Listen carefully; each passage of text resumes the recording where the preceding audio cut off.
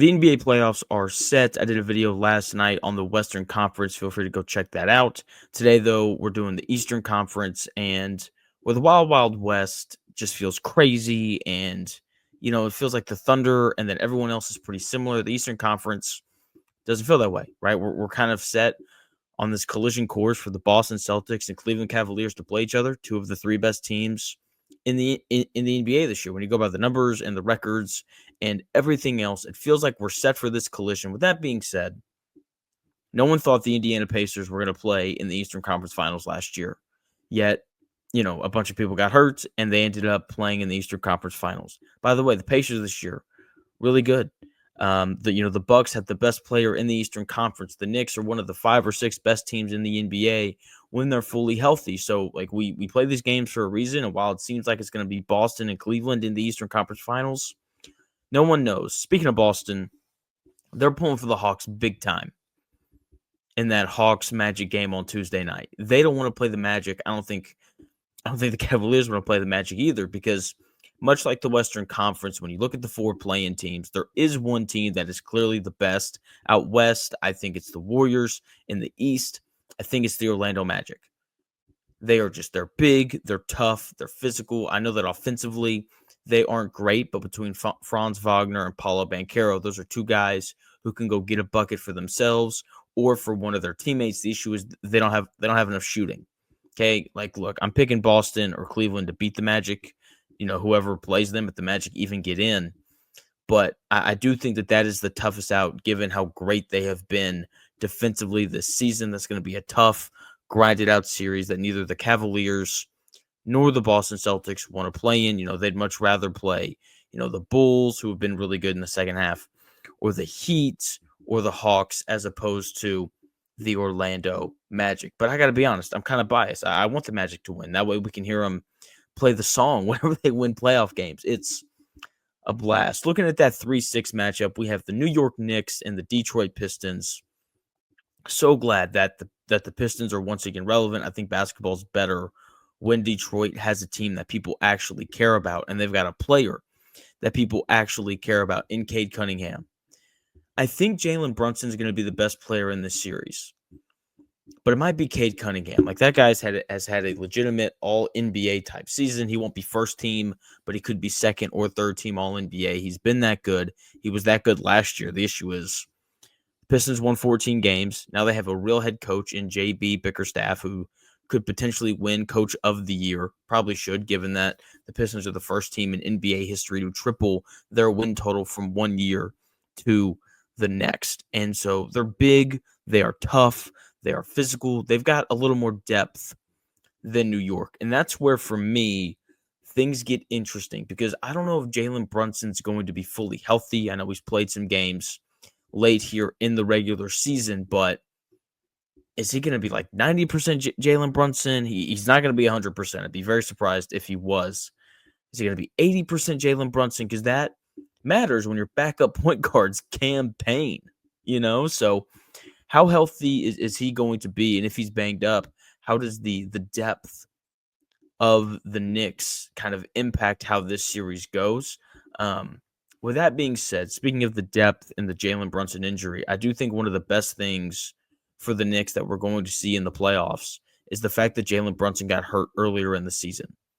It allowed for Tom Thibodeau to remember, oh, wait, Mikal Bridges is an excellent offensive player who can do more than just stand in the corner and shoot threes. So even if Jalen Brunson is a little banged up, I do think we're going to see the Knicks run a little bit more of their offense through Bridges and Karl Anthony Towns, especially early in the series, as Jalen Brunson tries to get his legs underneath him for the rest of that series. This is of all the series that I'm looking forward to, this is the one I'm most intrigued by, because I would not be surprised if the Pistons won the series, but I am going to take the Knicks in 7. Playoff experience matters.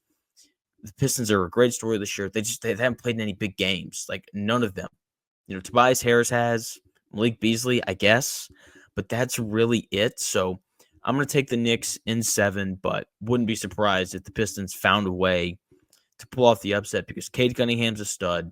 Jalen Duren, I'm intrigued to see how he runs the floor and rebounds in this series, and I can't wait. Like, this series is going to be an absolute war. Both of these teams are tough and physical. Isaiah Stewart's going to get thrown out of at least one of these games, and it's going to be awesome. Give me the Knicks in 7, but I think the Pistons push them to their absolute limit. And then the other series that we are fully aware of is Pacers and Bucks. And the Pacers are a good basketball team. They start the season 10-15. They finished the year with 50 wins, first time in 11 years that they've done that. The issue is they got to play Giannis. And last year the Pacers beat the Bucks in that first round series, but Giannis didn't play. Damian Lillard missed some time.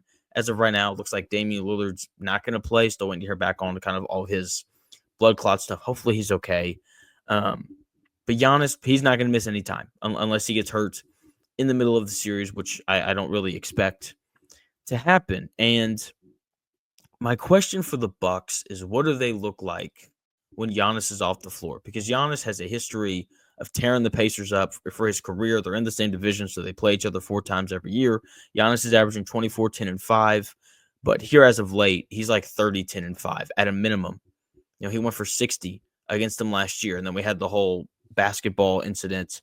And so it was problematic. For this season, Giannis is averaging 30 points, 12 rebounds, and 7.5 assists per game against the Indiana Pacers. And the Pacers just don't have anyone that you would even choose to guard him. Like, Aaron Nesmith is too small, Andrew Nembhard too small, Miles Turner has to guard Brook Lopez. So you wind up putting, skinny Pascal Siakam on him. Jarris Walker's probably the ideal guy you would want to defend Giannis. The issue is you're not giving Jarris Walker 30 minutes a game in a playoff series. Like, you're not doing that, even though body, size, athletically, Jarris Walker's probably the guy that you would pick, but he's just not going to play enough to really make any sort of impact on it. The issue is, what is the Bucks offense going to look like for those, 8 to 10 minutes a game where Giannis is on the bench and they're running their offense through Kevin Porter Jr.